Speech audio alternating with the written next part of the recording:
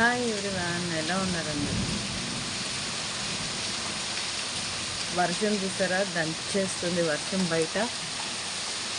ఇంకా ఎండలు ముదిరిపోవడానికే ఈ వర్షం అనుకుంటా, కానీ చాలా బీభత్సంగా పడుతుందండి. ఉరుములతో వర్షం ఘోరంగా.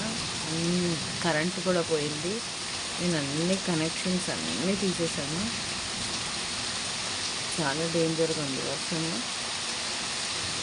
సో 12:30 కాబట్టి ఆల్మోస్ట్ అందరూ ఇంట్లోనే ఉండుంటారు. మధ్యలో ఎప్పుడూ పోకుండా ఉంటారు అనుకుంటున్నాను.